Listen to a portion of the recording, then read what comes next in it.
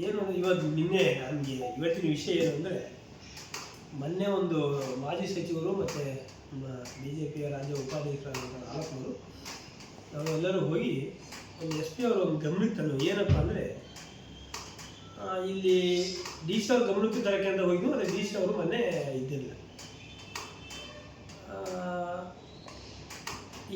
ಈ ಸಾಗರ ವಿಧಾನಸಭಾ ಕ್ಷೇತ್ರದಲ್ಲಿ ಎಲ್ಲ ಒಂದು ಕಡೆ ಈ ಮರಳು ಮತ್ತು ಕಲ್ಕ್ವಾರೆಗಳು, ನಾವು ಅದನ್ನು ನಡಿಬಾರ್ದು ಅಂತ ಹೇಳಕ್ಕೆ ಹೋಗೋರಲ್ಲ. ಅಲ್ಲಿ ಕಲ್ಕ್ವಾರೆಗಳು ಮತ್ತು ಮರಳು ನಡಿಬೇಕು, ಬೇಕು. ಆದರೆ ಇಲ್ಲಿ ತಾರತಮ್ಯಗಳು ನಡೀತಾ ಇದ್ದಾವೆ. ತಾರತಮ್ಯಗಳು ಅಂದರೆ ಶಾಸಕರು ಬೆಂಬಲಿಗರಿಗೊಂದು ಮತ್ತು ಇತರರಿಗೊಂದು ಕಾನೂನು, ಅದು ಆಗಬಾರ್ದು. ಮತ್ತು ಬಲಾಢ್ಯರಿಗೊಂದು, ಪಾಪ ಅಮಾಯಕರಿಗೊಂದು ಆಗಬಾರ್ದು ಅನ್ನೋ ಕಾರಣಕ್ಕೋಸ್ಕರ ಅದನ್ನು ಅವ್ರ ಗಮನಕ್ಕೆ ತರೋಕ್ಕೆ ಅಂತ ಹೋಗಿರೋದು, ಗಮನಕ್ಕೆ ತಂದಿರೋದು ಅದೇ ರೀತಿ. ಅದು ನಾವು ಮೀಡಿಯಾದಲ್ಲಿ ಸಮೇತ ನೀವು ನೋಡಿದ್ದೀರಿ, ನಾವು ಹೇಳಿರೋದು ಅದೇ ರೀತಿ. ಆದರೆ ಕೆಲವು ಪತ್ರಿಕೆಗಳಲ್ಲಿ ಏನಾಗಿದೆ ಅಂದರೆ, ನಾನು ನಿನ್ನೆ ನೋಡಿದೆ ಕೆಲವು ಪತ್ರಿಕೆಗಳಲ್ಲಿ ಅವರಿಗೂ ತಪ್ಪು ಎಲ್ಲ ಒಂದು ಕಡೆ ಅಲ್ಲಿ ಒಳಗಡೆ ನಾವು ಎಸ್ ಪಿ ಅವ್ರ ಹತ್ರ ಮಾತಾಡ್ಬೇಕಾದ್ರೆ ಅವ್ರ ಪತ್ರಿಕೆ ಬರೋದು ಲೇಟ್ ಆಗ್ತದೆ. ಹಾಗಾಗಿ ಎಲ್ಲ ಕೆಲವೊಂದು ಎರಡು ಪತ್ರಿಕೆಯಲ್ಲಿ ಸ್ವಲ್ಪ ತಪ್ಪಾಗಿ ಬಂದಿದೆ. ಏನಾಗಿದೆ ಅಂದರೆ, ಅಕ್ರಮ ಗಣಿಗಾರಿಕೆ ಮರಳು ಮತ್ತು ಕಲ್ಲುಕ್ವಾರೆ ನಿಲ್ಲಿಸೋಕ್ಕೆ ಬಂದು ಮನವಿ ಮಾಡಿದ್ರು ಅಂತೇಳಿ, ಅದು ತಪ್ಪು. ನಾವು ಕಲ್ಕ್ವಾರೆ ಮತ್ತು ಮರಳು ಏನು ಸರಬರಾಜು ಮಾಡ್ತಾರೆ ಅವ್ರ ಪರವಾಗೇ ಹೋಗಿರೋದು. ಆದರೆ ಎಲ್ಲರೂ ಸಹ ರಾಯಲ್ಟಿ ಕಟ್ಟೆ ಕಲ್ಕ್ವಾರೆ ಮಾಡ್ತಾಯಿಲ್ಲ, ರಾಯಲ್ಟಿ ತಗೊಂಡೇ ಮರಳು ಹೊಡಿತಾ ಇಲ್ಲ. ಯಾರೋ ಪಾಪ ಬದುಕಿಗೋಸ್ಕರ ಅಲ್ಲಿ ಹಳ್ಳ ಕೊಳದಲ್ಲಿ ಇದ್ದಂಥ ಮರಳುಗಳನ್ನು ತಗೊಂಡು ಅಲ್ಲೇ ಲೋಕಲ್ ಸಾಗಿಸ್ತಾರೆ. ಮತ್ತು ಇಲ್ಲಿ ಜಂಬಿಡಿಕೆ ಅಂತ ಬಂದಾಗಲೂ ಸಹ ಪಾಪ ಅವ್ರ ಸ್ವಾಧೀನದಲ್ಲಿರೋಂಥ ಖಾತೆ ಲ್ಯಾಂಡಲ್ಲಿ ಒಂದಿಷ್ಟು ರಾಯಲ್ಟಿ ಇದೆ, ಮುಂಚಿನೂ ಪಾಪ ಮಾಡ್ಕೊಂಡು ಬಂದಿದ್ದಾರೆ ಕಲ್ಕ್ವಾರೆನ. ಆದರೆ ಅವ್ರಿಗೆ ಬೇರೆ ದಂಧೆ ಗೊತ್ತಿಲ್ಲ. ಆ ಕಲ್ಕ್ವಾರೆ ದಂಧೆ ಮಾಡ್ಕೊಂಡು ಅಲ್ಲೇ ಸ್ಥಳೀಯವಾಗಿ ಒಂದಿಷ್ಟು ತೆಗೆದು ಕೊಡೋಂಥ ಕೆಲಸ ಮಾಡ್ತಾಯಿದ್ದಾರೆ. ಈಗ ರಾಯಲ್ಟಿ ಇದ್ದಂಥವ್ರು ಏನು ಬರೀ ರಾಯಲ್ಟಿ ಇದ್ದಲ್ಲೇ ಕಲ್ಕೊಯ್ತಾರೆ ಅಂತ ನಾವು ಹೇಳೋಕ್ಕೂ ಆಗಲ್ಲ. ಅವರು ಸಾಕಷ್ಟು ರಾಯಲ್ಟಿ ಇಲ್ಲದಂಥ ಜಾಗದಲ್ಲಿ ಕೊಯ್ದಿದ್ದಾರೆ. ಹಾಗಾಗಿ ನಾವು ಹೇಳೋದೇನಪ್ಪ ಅಂದರೆ, ಯಾರಿಗೂ ಸಹ ಮರಳು ಹೊಡೆಯೋರಿಗೆ ಮತ್ತು ಕಲ್ಕೋರರಿಗೆ ನೀವು ತೊಂದರೆ ಕೊಡ್ರಿ ಅಂತ ನಾವು ಹೇಳಿದ್ದಲ್ಲ. ಇಲ್ಲಿ ಎಲ್ಲರಿಗೂ ಒಂದೇ ಕಾನೂನಾಗಲಿ ಅಂತ. ಇಲ್ಲಿ ರಾಜಕೀಯ ಪ್ರಭಾವಿಗಳಿಗೊಂದು, ಪಾಪ ರಾಜಕೀಯ ಪ್ರಭಾವ ಇಲ್ಲರಿಗೊಂದು, ಮತ್ತು ಬಿ ಜೆ ಪಿಯವರಿಗೊಂದು ಮತ್ತು ಕಾಂಗ್ರೆಸ್ನವರಿಗೊಂದು ಆಗಬಾರ್ದು ಅನ್ನೋದೊಂದೇ ನಮ್ಮ ಉದ್ದೇಶ. ಹಿಂದೆ ಕಾಗೋಡು ತಿಮ್ಮಪ್ಪನವ್ರು ಇದ್ದಾಗಲೂ ಸಹ ನಾವು ಜೊತೆಗಿದ್ದು, ಮೊನ್ನೆ ಹಾಲಪ್ಪನವ್ರು ಇದ್ದಾಗಲೂ ಸಹ, ನಾವು ಕಾಂಗ್ರೆಸ್ನಲ್ಲಿ ಇದ್ದಾಗಲೂ ಸಹ, ಹಾಲಪ್ಪನವ್ರು ಇದ್ದಾಗಲೂ ಸಹ ಬಿ ಜೆ ಪಿಯಲ್ಲಿ ಅವ್ರು ಗೆದ್ದಿದ್ರು, ಅವ್ರಿಗೆ ಸರ್ಕಾರ ಇತ್ತು. ಈ ರೀತಿಯ ತಾರತಮ್ಯಗಳು ನಡೆದಿಲ್ಲ. ಅವ್ರವ್ರು ದಂಧೆ ಮಾಡ್ಕೊಂಡು ಅವ್ರು ಹೋಗ್ತಾಯಿದ್ರು. ಅದಕ್ಕೆ ಒಂದು ವೇಳೆ ರಾಯಲ್ಟಿ ಕಟ್ಟಿಲ್ಲ ಅಂತ ಹೇಳಿದ್ರೆ, ಸಂದರ್ಭ ಬಂದಾಗ ಸಿಕ್ಕಿದಾಗ ಅದಕ್ಕೆ ಸಂಬಂಧಪಟ್ಟಂಥ ಅಧಿಕಾರಿಗಳು ಅವ್ರಿಗೆ ಪೆನಾಲ್ಟಿ ಹಾಕೋರು, ಅದು ಅವ್ರದ್ದೇ ಆದಂಥ ಒಂದು ಕೆಲಸ ಅವ್ರು ಮಾಡ್ಕೊಂಡು ಹೋಗ್ತಾ ಇದ್ರು. ಇಲ್ಲಿ ಯಾರು ರಾಜಕಾರಣಿಗಳು ಆ ಇಲಾಖೆ ಮೇಲೆ ಪ್ರಭಾವ ಬೀರ್ತಿರಲ್ಲ. ಇವ್ರಿಗೆ ನೀವು ಪೆನಾಲ್ಟಿ ಹಾಕ್ಬೇಡ್ರಿ, ಇವ್ರಿಗೆ ನೀವು ಪೆನಾಲ್ಟಿ ಹಾಕ್ರಿ, ಜಾಸ್ತಿ ಹಾಕ್ರಿ, ಆಮೇಲೆ ಇವ್ರಿಗೆ ಬಿಡಬೇಡ್ರಿ ಅಂತೇಳಿ ಯಾರೂ ಸಹ ಇಲ್ಲಿನ ಶಾಸಕರಾಗಲಿ ಮಂತ್ರಿಗಳಾಗಲಿ ಪ್ರಭಾವ ಆಗ್ತಿರಲ್ಲ. ಆದರೆ ಇತ್ತೀಚಿನ ದಿನಗಳಲ್ಲಿ ಏನಾಗ್ಬಿಟ್ಟಿದೆ ಅಂದರೆ, ಈಗ ಒಂದು ವರ್ಷದ ಈಚೆಗೆ ಈಗ ಇವ್ರು ಲಾರಿ ಹಿಡಿದ್ರೆ, ಬಿ ಜೆ ಪಿಯಲ್ಲಿ ಹಿಡಿದ್ರೆ ಅವ್ರು ಬಿಡಲೇಬಾರ್ರಿ ಅಂತ ಹೇಳೋದು, ಅಥವಾ ನೀವು ಹೋಗಿ ಆ ಲಾರಿ ಹಿಡಿದು ಖಾಲಿ ಲಾರಿ ನೀವು ಮಳಲು ಕೇಸ್ ಹಾಕಿರೋದು, ಅಥವಾ ಕ್ವಾರೆಗಳಿಗೆ ನೀವು ಅವ್ರ ಕ್ವಾರೆ ಹೋಗಿ ಸೀಜ್ ಮಾಡಿ ಅಂತ ಹೇಳೋದು, ಅಧಿಕಾರಿಗಳ ಮುಖಾಂತರ ಇದನ್ನು ಮಾಡೋಂಥ ಕೆಲಸ ನಡೀತಿದೆ. ಅದು ಆಗಬಾರ್ದು ಅನ್ನೋದು ನಮ್ಮ ಉದ್ದೇಶ.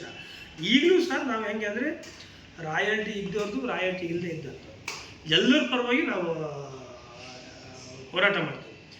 ಅಧಿಕಾರಿಗಳು ತೊಂದರೆ ಕೊಟ್ಟರೆ. ಮತ್ತು ನಮ್ದು ಏನು ಅಂದರೆ, ಸರ್ಕಾರಿ ಲ್ಯಾಂಡ್ ಅಂದರೆ ಹೊಸ ಸಾಗುವಳಿ ಎಲ್ಲರೂ ಕಾಡಪ್ಪ, ಫಾರೆಸ್ಟ್ ಲ್ಯಾಂಡು ಅಥವಾ ರೆವಿನ್ಯೂ ಲ್ಯಾಂಡ್ ಹೊಸದಾಗಿ ಏನಾದ್ರು ಕಾಡು ಕಡಿದು ಈಗ ಕೊರೆ ಮಾಡ್ತಾ ಇದ್ದಾರೆ ಅಂದರೆ ಅದು ತಡೆ ಹಿಡೀರಿ, ನಾವು ಅದಕ್ಕೆ ಅಲ್ಲ. ಆದರೆ ಈಗ 50 ವರ್ಷದಿಂದ 100 ವರ್ಷದಿಂದ ಅವ್ರ ಸ್ವಾಧೀನದಲ್ಲಿರುತ್ತೆ. ಕಾರಣಾಂತರಗಳಿಂದ ಅವ್ರಿಗೆ ಮಂಜೂರು ಮಾಡೋಕ್ಕಾಗಿಲ್ಲ, ಅಥವಾ ಮಂಜೂರಾಗಿದೆ ಅವ್ರಿಗೆ ಪೋಡಿ ಆಗಿಲ್ಲ. ಈ ಕಾರಣಕ್ಕೋಸ್ಕರ ಇವರು ಬೇರೆ ಪಾರ್ಟಿ ಅನ್ನೋದು ಒಂದೇ ಕಾರಣಕ್ಕೋಸ್ಕರ ಅವ್ರಿಗೆ ಬೇರೆ ಬೇರೆ ಕಾರಣಗಳು ಹೇಳಿ ಫಾರೆಸ್ಟ್ ಇಲಾಖೆಯರು, ರೆವಿನ್ಯೂ ಇಲಾಖೆಯರು, ಗಣಿ ಇಲಾಖೆಯರು, ಪೊಲೀಸ್ ಇಲಾಖೆಯರು ಹೋಗಿ ಅವ್ರಿಗೆ ತೊಂದರೆ ಕೊಡೋದು, ಕ್ವಾರೆ ನಿಲ್ಲಿಸ್ತಾರೆ. ಅದೇ ಪ್ರಭಾವಿಗಳು ಏನು ಇಲ್ಲದೆ ಹೋದ್ರೆ ಅಲ್ಲಿ ಕ್ವಾರೆ ಕೊಯ್ದ್ರು ಸಮೇತ ಅಲ್ಲಿ ಅವರು ನೋಡೋದಂಗೆ ವಾಪಸ್ ಬರ್ತಾರೆ. ಈ ಧೋರಣೆಗಳು ಆಗಬಾರ್ದು ಅನ್ನೋದೇ ನಮ್ಮ ಉದ್ದೇಶ. ಆದರೆ ಇಲ್ಲಿ ಈ ಅಧಿಕಾರಿಗಳು ನಾನು ಹೇಳೋದು, ಎಲ್ಲರೂ ಅಲ್ಲ ಪಾಪ, ಎಲ್ಲರೂ ಅಧಿಕಾರಿಗಳು ಕೆಲವು ಒಳ್ಳೆಯವರಿದ್ದಾರೆ. ಕೆಲವೊಂದಿಷ್ಟು ಅಧಿಕಾರಿಗಳು ಎಲ್ಲ ಇಲಾಖೆಯಲ್ಲೂ ನಾನು ಹೇಳಿದ್ದು, ಎಲ್ಲ ಇಲಾಖೆಯಲ್ಲೂ ಇದ್ದಾರೆ. ಆದರೆ ತಾವು ಏನಾದ್ರು ಭಾಳ ನೀಟಾಗಿ ಅಷ್ಟೇ ಕಾನೂನುಬದ್ಧವಾಗಿ ಕೆಲಸ ಮಾಡ್ತಾಯಿದ್ದಾರೆ.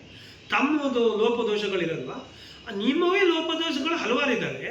ಆದರೆ ಒಬ್ಬ ಬಡವ ಏನೋ ಬದುಕಿಗೋಸ್ಕರ ಎಲ್ಲೋ ಒಂದು ಟ್ರಿಪ್ ಮಳಲು ತುಂಬಿಕೆ ಬರ್ತಾನೆ, ಅಥವಾ ಯಾವುದೋ ಒಂದು ಅವ್ರ ಸ್ವಂತ ಜಾಗದಲ್ಲಿ ಖಾತೆ ಜಾಗದಲ್ಲಿ ಕಲ್ಕೊಯ್ತಾನೆ ಅಂದರೆ ಅದಕ್ಕೆ ಹೋಗಿ ಇದು ಇನ್ಲೀಗಲ್ಲು ಇದು ಲೀಗಲ್ ಅಲ್ಲ ಅಂತ ಹೋಗ್ತೀರಿ. ಆದರೆ ನೀವು ಲೀಗಲ್ ಆಗಿದ್ದೀರಾ ಈ ತಾಲೂಕಲ್ಲಿ ಅಷ್ಟು ನೀವು ನಿಮ್ಮ ಆತ್ಮಸಾಕ್ಷಿ ನಿಮ್ಮ ಪ್ರಶ್ನೆ ಮಾಡ್ಕೊಳ್ರಿ ಅಧಿಕಾರಿಗಳು, ಆಯಿತಾ?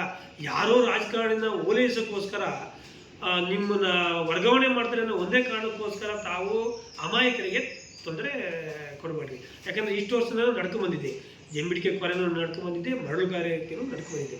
ಮರಳು ಮತ್ತು ಜಂಬಿಡಿಕೆಯನ್ನು ಯಾವುದೋ ಹೊರ ರಾಜ್ಯಕ್ಕೆ ಕಳಿಸ್ತಾ ಇಲ್ಲ ಅಥವಾ ಹೊರ ದೇಶಕ್ಕೆ ಕಳಿಸ್ತಾ ಇಲ್ಲ, ಅದು ಗಣಿ ಅಲ್ಲ.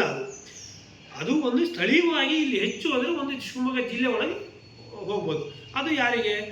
ಅದು ಆಶ್ರಯ ಮನೆ ಕಟ್ಟೋರಿಗೂ ಬೇಕಾಗಿರ್ಬೋದು, ದೊಡ್ಡ ಮನೆ ಕಟ್ಟೋರಿಗೂ ಬೇಕಾಗಿರ್ಬೋದು. ಈ ಥರ ಸಾರ್ವಜನಿಕ ಬೇಕಾದಂಥ ಬಳಕೆಯಾದಂಥ ವಸ್ತು ಅದು.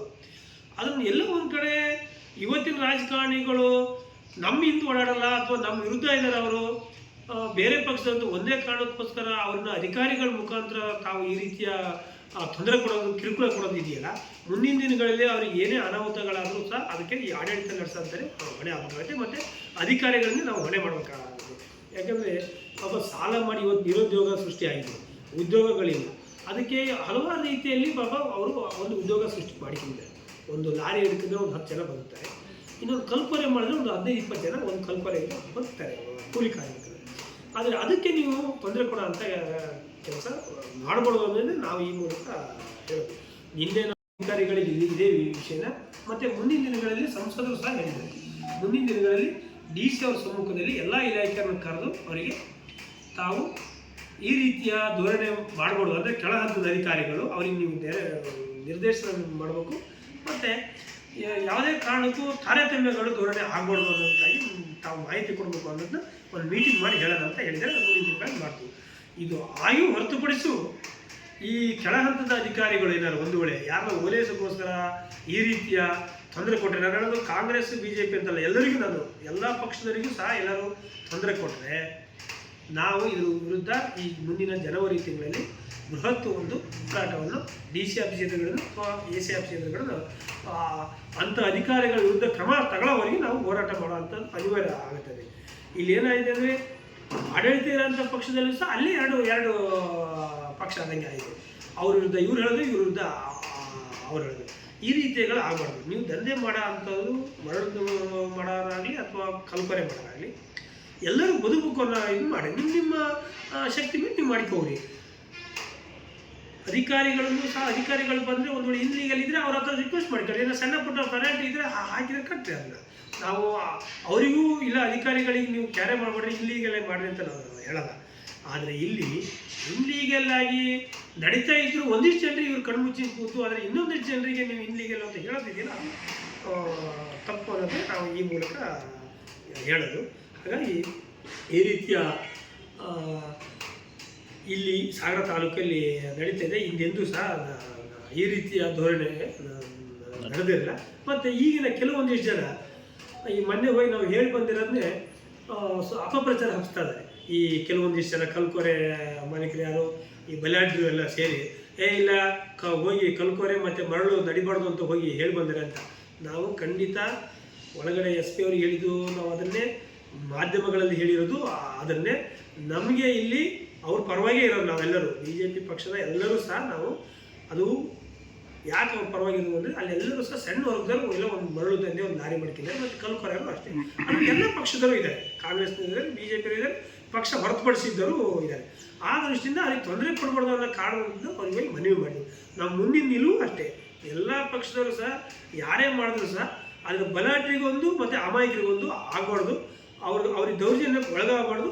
ಅದು ಅವ್ರ ಪರವಾಗಿ ನಾವು ಇದು ಅನ್ನೋದಕ್ಕಾಗಿ ಅಧಿಕಾರಿಗಳಿಗೆ ಈ ರೀತಿಯ ನಿಮ್ಮ ಅಧಿಕಾರಿಗಳ ಮುಖಾಂತರ ಧೋರಣೆ ನಡೆದರೆ ನಾವು ಜನರ ಪರವಾಗಿ ಹೋರಾಟ ಮಾಡೋದು ಅನಿವಾರ್ಯ ಆಗುತ್ತೆ ಅಂತ ಅವ್ರ ಮೇಲಧಿಕಾರಿಗಳಿಗೆ ಗಮನಕ್ಕೆ ತಂದು ಇನ್ನೂ ಒಂದು ಸರಿ ಸಂಸದರ ಮುಖಾಂತರ, ಮಾಜಿ ಸಚಿವರ ಮುಖಾಂತರ ಇನ್ನೊಂದು ಸರಿ ನಾವು ಗಮನಕ್ಕೆ ತಂದು ಇದು ಒಂದು ವೇಳೆ ಮುಂದುವರೆದ್ರೆ ನಾವು ಮುಂದಿನ ದಿನಗಳಲ್ಲಿ ಹೋರಾಟ ಯಾವ ರೀತಿ ಮಾಡಬೇಕು, ಇವ್ರಿಗೆ ಯಾವ ರೀತಿ ರಕ್ಷಣೆ ಕೊಡಬೇಕು ಅನ್ನೋದನ್ನ ನಾವು ಹೋರಾಟ ಮಾಡಿ ಅವ್ರಿಗೆ ರಕ್ಷಣೆ ಕೊಡ್ತೀವಿ.